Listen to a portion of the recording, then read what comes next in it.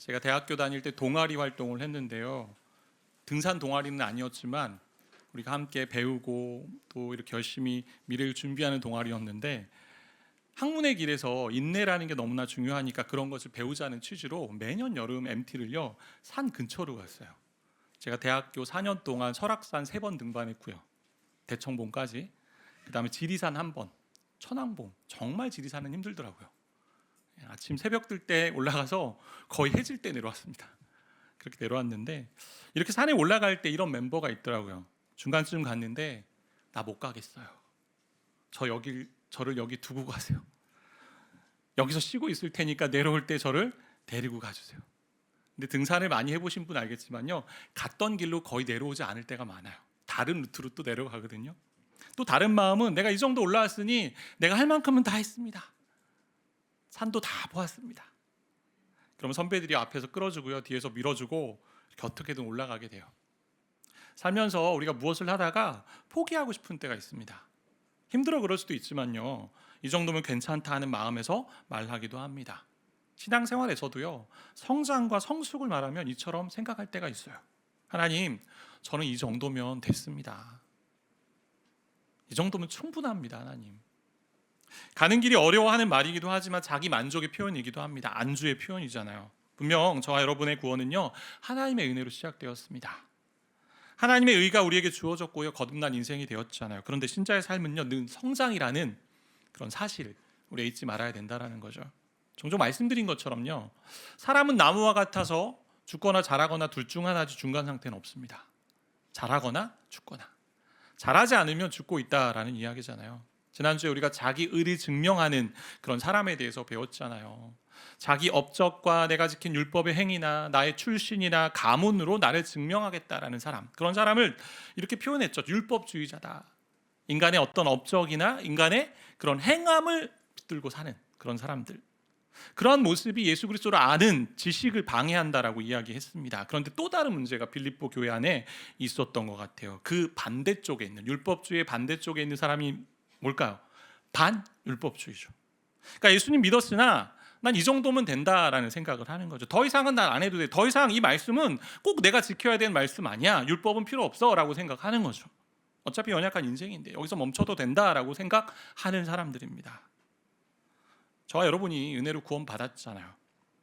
은혜로 구원 받았다면 그 구원을 이루어가야 된다라고 우리가 2장 볼 때 봤습니다. 너희 구원을 이루라. 그것이 성장이고 성숙의 자리고 성화라고 할 수 있습니다. 본문에서는 표대를 향해 달려가는 모습으로 이야기하고 있어요. 표대는요, 그리스도이기도 하지만 그리스도를 아는 지식 가운데 자라는 것이 표대입니다. 그분을 더 알아가고요, 더욱 닮아가는 거고요, 더욱 친밀하게 경험하는 겁니다. 그래서 신앙생활의 핵심은요, 한 인격을 만나서요, 그분을 사랑하고 그분을 더 알아가는 게 신앙생활이에요. 더 가까이 하고요, 더 친밀한 교제를 나누고 사귀는 것이 신앙생활이라고 할 수 있어요. 자, 여러분이 예수님 만나서 사랑하며 알아가는 길에 있잖아요. 그런 가운데 성장을 해가는 거죠. 더 깊이 알아가는 거죠. 그래서 본문은 달려간다라는 단어를 여러 차례 쓰고 있습니다. 기독교는 은혜라고 얘기하잖아요. 은혜의 종교고 은혜의 기독교인데, 그러면 은혜라고 얘기하면 우리가 이렇게 생각하기 너무 쉬워요. 투쟁, 힘든 노력, 싸움, 훈련, 이게 은혜의 개념의 반대가 된다라고 생각하는 거죠. 어차피 다 하나님이 은혜로 해주시는 거 아니야? 자동적으로 되는 거 아니야? 근데 은혜는요, 우리 선한 수고와 노력을 배제하지 않습니다. 은혜는 노력의 반대가 아닙니다. 우리가 얻은 획득, 업적 이런 거의 반대지, 우리의 노력과 우리의 헌신, 섬김을 배제하지 않습니다. 우연히 경건에 이르는 사람이 없고요, 성화의 길에 가는 사람 없고요, 성숙의 자리에 자동적으로 가는 사람 없습니다. 믿었다면 예수님을 더 알기 위해서 저와 여러분이 달려가야 된대요. 이렇게 말씀하고 있는 거예요. 그렇다면 자라나기 위해서 어떻게 해야 될까요? 오늘 한 3가지 정도 좀 살펴보려고 하는데, 첫 번째는요, 얻었다 함도 이루었다 함도 아니라라는 구절입니다. 얻었다 함도 이루었다 함도 아니다. 자기 점검이 필요하죠. 12절 말씀 우리 같이 함께 읽겠습니다. 12절입니다. 내가 이미 얻었다 함도 아니요 온전히 이루었다 함도 아니라 오직 내가 그리스도 예수께 잡힌 바 된 그것을 잡으려고 달려가노라. 달려가고 자라기 위해서는요, 올바른 자기 평가, 자기 점검이 필요합니다. 그리스도를 알아가는 것이 신앙생활의 목적이고 목표입니다. 근데 이러한 성장은요, 갑자기 이루어지지 않아요. 한순간에 갑자기 확 자라지 않아요. 우리 육신도 그렇잖아요. 한순간에 자랍니까?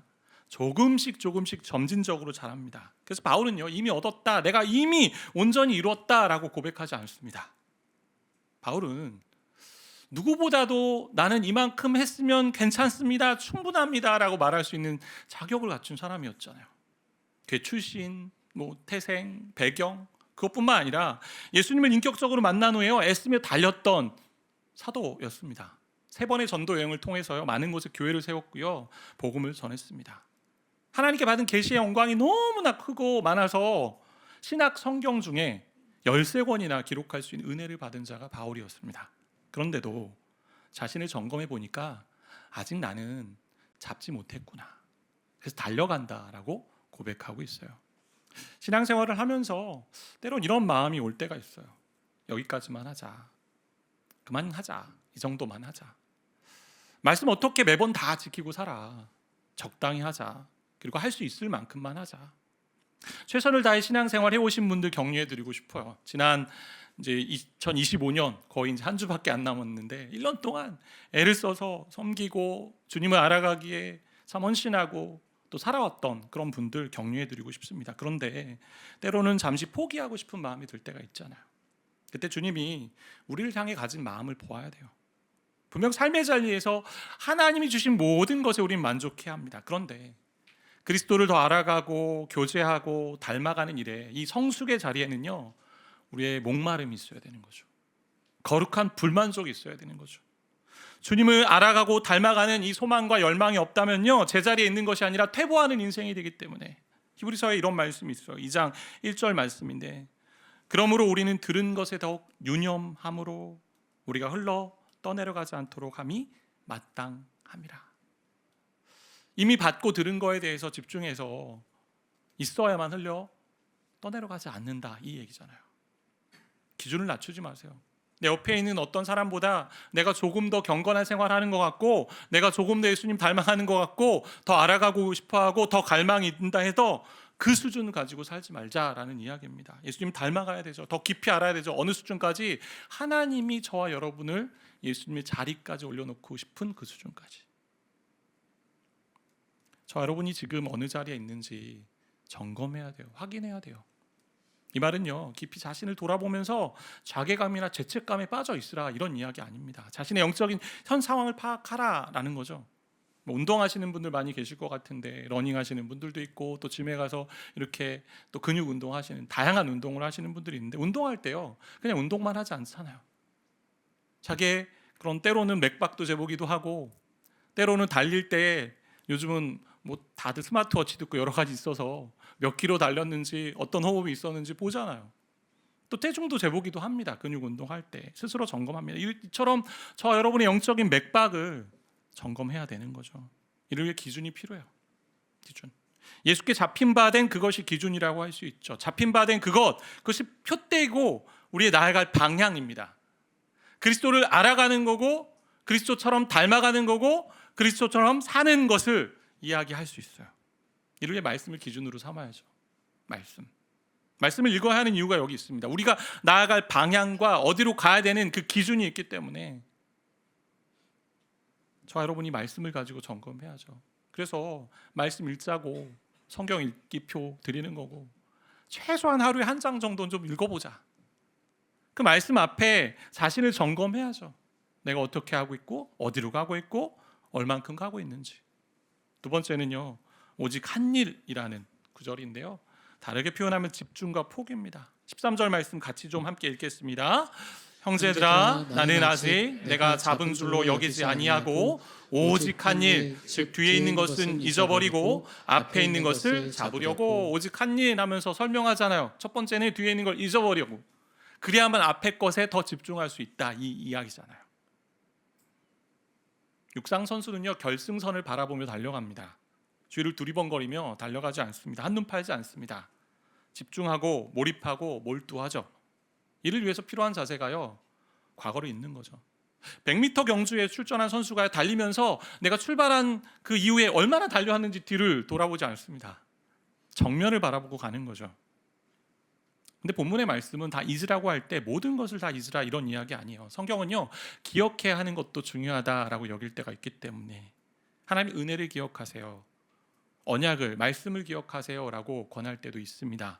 그래서 과거의 모든 것이 다 나쁘다, 그래서 망각해야 된다 이런 이야기 아닙니다. 그런 것들이요, 내가 유익했다 여겼던 그런 것들이 다 해로 여겼던 것처럼, 내 자신에게 유익했던 것이 다 해로 여겼다라고 고백했던 바울의 고백처럼 어떤 과거는요, 주님을 향해 달려가는 일에 장애가 되고 방해가 되고 걸림돌이 될 수 있다라는 이야기예요.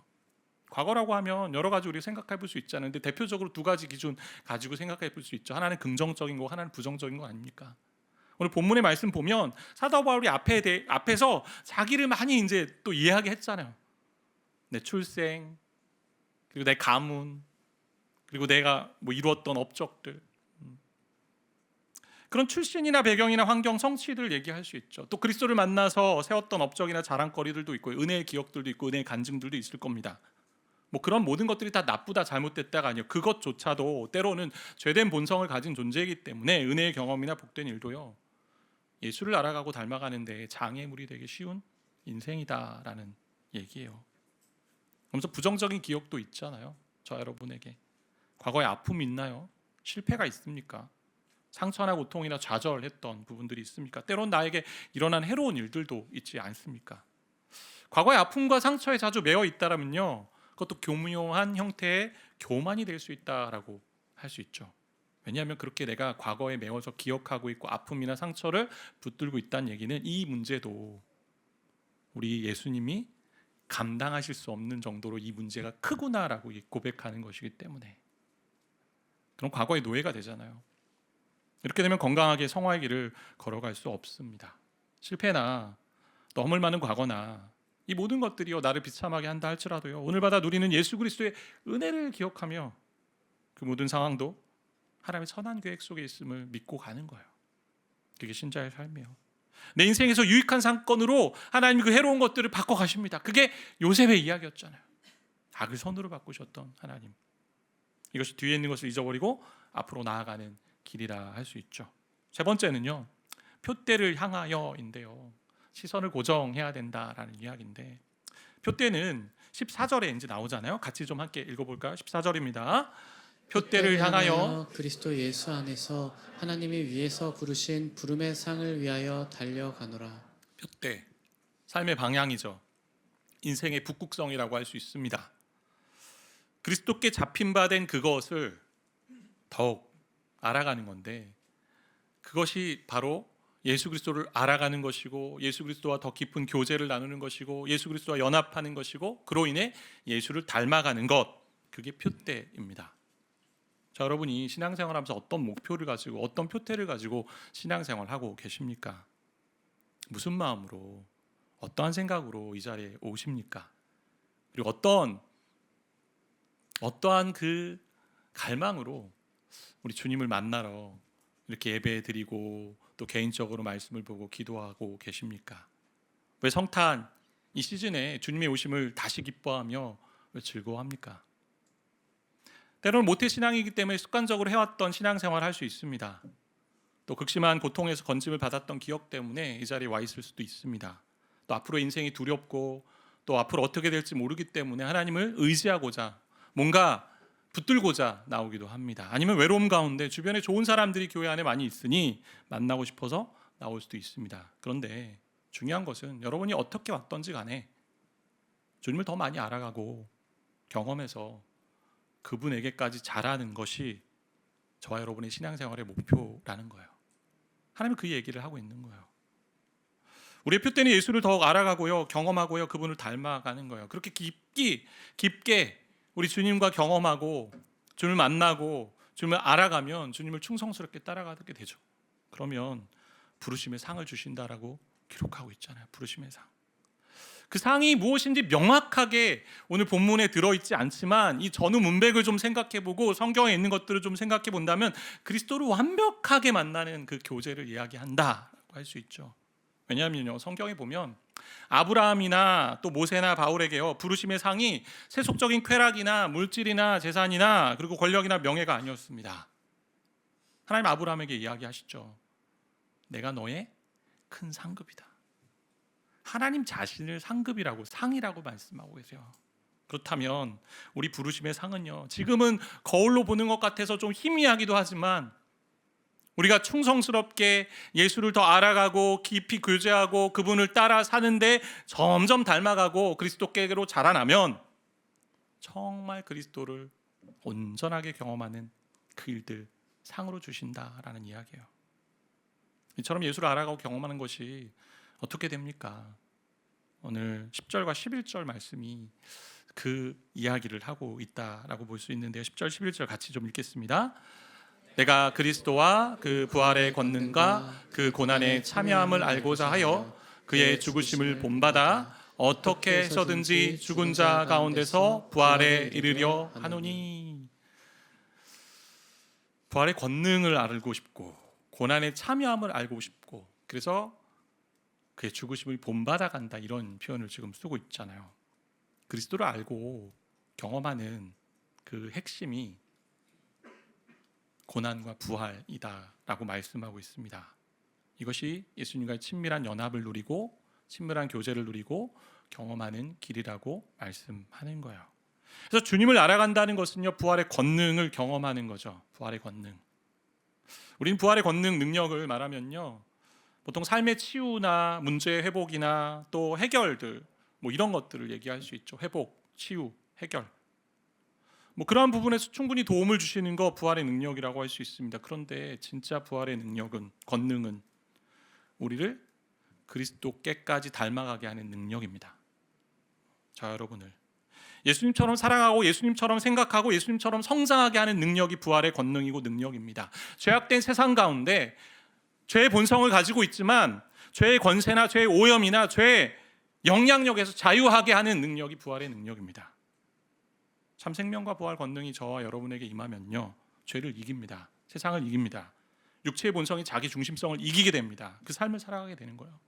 이러한 길에서 자주 넘어져서 성공한 적보다 실패한 적이 더 많았다 할지라도 더 이상 세상이 원하는 대로, 죄된 본성이 원하는 대로 살지 않는다라는 거예요. 이것이 부활의 권능이에요.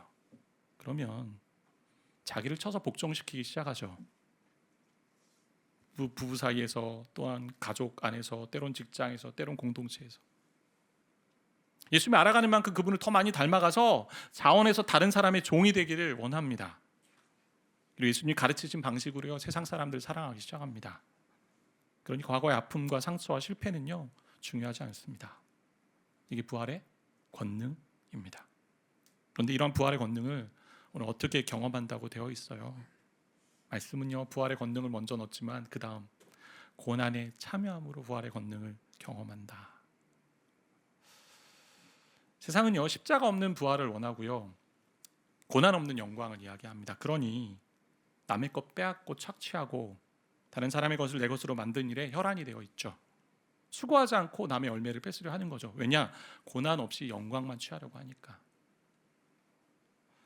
그러나 성경은요, 십자가 없이 부활 없고 고난 없이 영광 없다고 말합니다. 그래서 부활의 권능은요, 십자가 고난을 통해서 옵니다. 그러기에 우리 안에 주어진 고난이요, 결코 하나님의 무관심의 모습이 아니고요, 하나님이 저와 여러분을 내버리셨다라는 증거가 아닙니다. 우리 하나님의 은혜가 고난 가운데 역사하고 있고 고난 가운데 부활의 권능을 누리는 시간으로 인도하고 있다라는 거예요. 저와 여러분, 하나님은요, 단번에 저와 여러분의 기도 제목을 다 들어주실 수 있고요, 저와 여러분을 위해 모든 어려움들을 다 한 번에 해결해 주실 수 있는 전능하신 분이세요. 그리고 저와 여러분을 한 번에 이 땅에서 성숙한 자로, 예수님 닮은 자로 만드실 수 있는 능력의 하나님이십니다. 그럼에도 그렇게 하지 않으시는 이유가 뭘까요?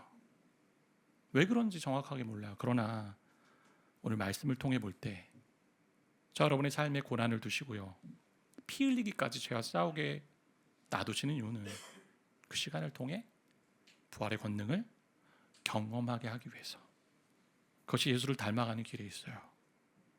그렇게 고난을 통해 부활의 권능을 알 때, 부활의 능력을 알 때 비로소 주님을 더욱 알게 되고 주님을 더욱 본받는 자가 되고 주님처럼 살아가는 인생이 된다라는 것입니다. 우리가 사랑하면요, 좋은 것만 알려고 하고 혜택만 받으려고 하잖아요. 죄송합니다. 사랑하면 좋은 것만 알려고 하지 않고 혜택만 받으려고 하지 않습니다. 그 사람의 아픔까지도 사랑하고요, 그 사람의 실패까지도, 실수까지도 사랑합니다. 이처럼 바울은요, 예수를 정말 사랑하기 때문에 그분의 고난에 참여하는 것을 기뻐했고 즐거워했습니다. 왜요? 주님을 더 알아가고 더 깊이 경험해가고 주님처럼 닮아가는 최상의 길이기 때문에. 이것이 하나님이 우리를 부르신 부르심입니다. 이게 우리의 표대예요. 이를 위해서 우리 주님이여 이 땅에 오셨어요.